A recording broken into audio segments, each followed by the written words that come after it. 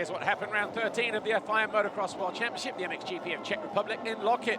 MX2, we had to go again twice because there was an incident with a red flag, but the first time of asking it was Sasha Coonan with his 12th Foxhole shot of the year, which was soon cancelled out as Jack Chambers was injured in the middle of the track. The race was red flagged at the end of that opening lap, and we would go again. But the two championship leaders, De Wolf and Lucas Coonan, were also buried mid-pack. They were hoping for a better start. Well, on the restart, Sasha Coonan once again rounded out the Foxhole shot. So the 12th one in the bags finally for him, but is alongside his brother, Lucas Coonan. A couple of riders went off there. Cars Makers, one of those riders. But it was Sasha Coonan who led. Lucas Coonan second. Elsinger was in third. Langenfelder was in fourth. And then on lap 3, Lucas Coonan found his way past the 19 to take over the lead. Liam Everts then got over the triple, found his way around the outside of Langenfelder as he moved into 4th place as he was charging towards the front. Sasha Coonan then fell from 2nd, picked himself back up in 6th. And whilst he was sat there, Kai De Wolf, who didn't make a great start, was on the prowl again. He found his way into 6th with that pass on the 19. Everts got the better of Rick Elsinger, who surprised the Dutchman into 2nd position. Then he lost the front. Did the Belgian, picked himself up in 5th and would have to go again. Mikkel Harp was on the charge on the Triumph. He moved into 3rd as he found his way past Elsinger on the 44. And then as he ran wide, Everts was up the inside of him again. And De Wolf also found his way past those two, moving into 3rd and 4th. Sasha Coonan then had a big moment. Bottom end of the circuit, he crashed out of the race from 8th position. And Andrea Adamo, he fell from 6th place with about 5 laps to go. He would not line up for race 2. Mikkel Harp and Kai De Wolf battling over 3rd place. De Wolf going by on the final lap. Lucas Coonan, though, with his 9th win of the season, his 15th career win from Langenfelder, De Wolf, Harp and Everts. A confirmation of the results then: Coonan, Langenfelder, De Wolf, Harp, Everts, Elsinger, McClellan, Oliver, rounding out the top 10, Walvort and Raceless.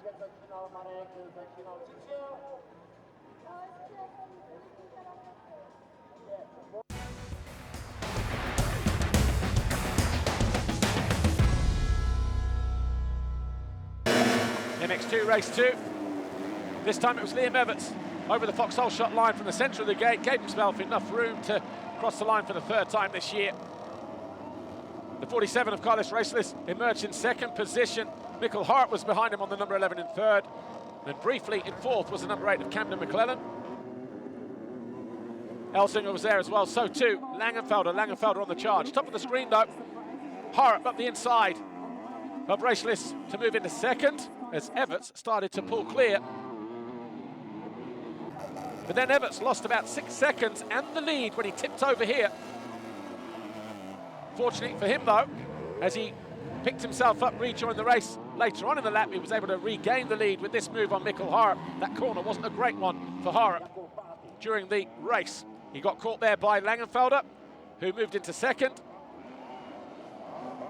A slight mistake there on the exit for the Dane as well, though, didn't help. And then Kai De Wolf all of a sudden started to find another gear around the outside of Harp here to move into 3rd. That was on lap 7. Lucas Coonan followed him through a couple of laps later. So he was up in the 4th place. Everts' lead came under threat though from Langenfelder, who moved into the front on lap 8. Lucas Coonan and Kai De Wolf battling for the championship until Lucas Coonan lost out in an argument with the trackside banking. He dropped down to 6th. He would have to come back to 4th as Everts ran into difficulties with De Wolf. These two fighting over 2nd place. Langenfelder just ahead of them. In the end, 3rd time of asking for De Wolf, he did find his way past the Belgian. And then, with about 3-4 laps to go, down the inside of Langenfelder to take over the lead. Langenfelder now in 2nd. And Lucas Coonan, with 4 laps to go, found his way past Mikkel Harp to move into 4th place. But race 2 belonged to Kai De Wolf with 8th race win of the season, his 13th career victory. Langenfelder 2nd, Everts 3rd, Coonan 4th, Harp 5th. And the overall was De Wolf with a 3-1, Langenfelder 2-2, Lucas Coonan with a 1-4, losing ground to his championship rival. And the championship does look like this. De Wolf now 46 points clear of Lucas Kuhnen. Langenfelder 20 points further back. But with De Wolf winning this weekend, it was his 6th career Grand Prix victory.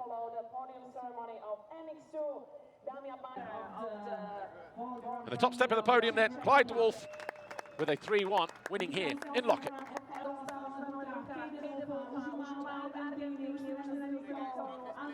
Yeah, I got a little bit emotional on that podium from last year, going through so much pain. I was here on the box as well. And also in 2018 missed the Junior 85s, which actually just raced also this weekend, and got second there. So finally get that win on this place is amazing. And yeah, it was a little bit emotional, but can't do it without this team. They're doing a great job.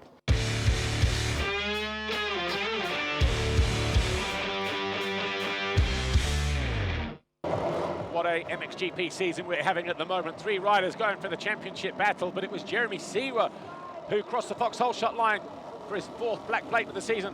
Prado to the outside of him. Benoit Paturel was in 3rd. Hurlings and Geiser side by side through that rhythm section, but it was Hurlings who emerged just behind Geiser as they headed up the first hill. Prado forced Benoit Paturel into 3rd. Geiser pushed him back into 4th, and at the end of the first lap, Seewer got spooked by the number 1 of Prado, who went through into the lead. Hurlings up the inside of Geiser to move into 3rd, and then around the outside of Seewer to move into 2nd. All this on the opening lap.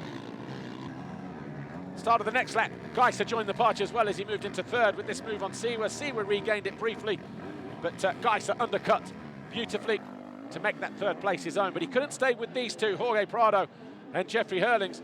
And on lap 8, there was a change for the lead. Hurlings getting the better of the Spaniard. From there, he started to pull clear. Calvin Verlanderen found his way into 5th with this move on Benoit Paturel. A couple of laps later, and Romain Fevre also found his way past the number 6 as Fevre moved into 6th. Benoit Paturel finished 7th for De Baart's Yamaha. Jeffrey Hurlings, though, victorious for the 8th time this year. It was his 200th career race win. Prado 2nd, Geiser 3rd. And just behind them, Seewer, Verlanderen, Fevre, Paturel and Guadagnini rounding out your top 8. 9th and 10th belonging to Bogas and Koldenhoff. The rest of the point scorers on screen now.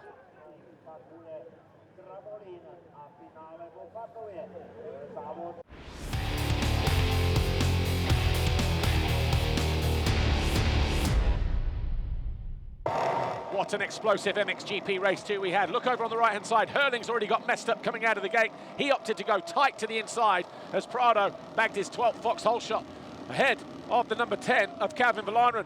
Hurlings actually emerged in about 10th place, but watch here, top of your screen, ran into the back wheel of another rider. He tipped out of about 10th place, and he was right the way back in 30th position. Prado led from Geiser and Verlanderen.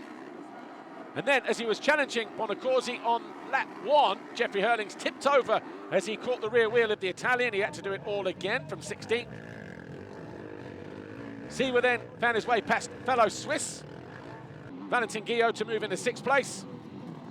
Seewer then charged up the inside and left Brian Bogas on the deck as he moved into 5th position. All the while, Jeffrey Hurlings was in no mood for hanging around. He charged his way up the inside of Seewer as he took over 5th place. He then went after Romain Fevre. Meanwhile, while that was happening, a change for the lead between Geiser and Prado. Banging bars at the end of pit straight, high-speed part of the racetrack, but it was Geiser who won that battle on lap 9. Romain Fevre had an issue towards the end of the race. Whilst in 4th place, Hurlings was already catching him anyway, and it was Hurlings who moved into 4th.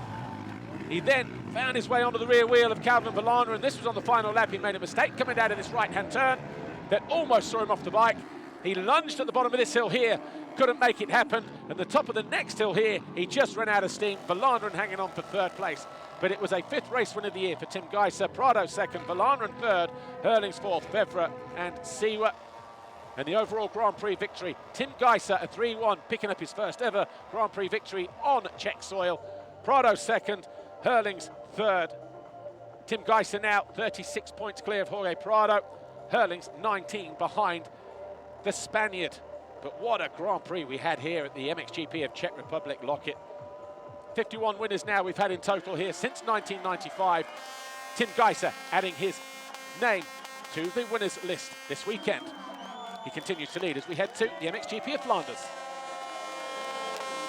Yeah, it's a big one, you know, especially when you do it on the track that you always struggle, you know, since we are coming here, since I'm coming here, you know, I never enjoy riding that track. So first win, you know, in many years trying. So huge thank you. We did many steps with the team, you know, on the bike.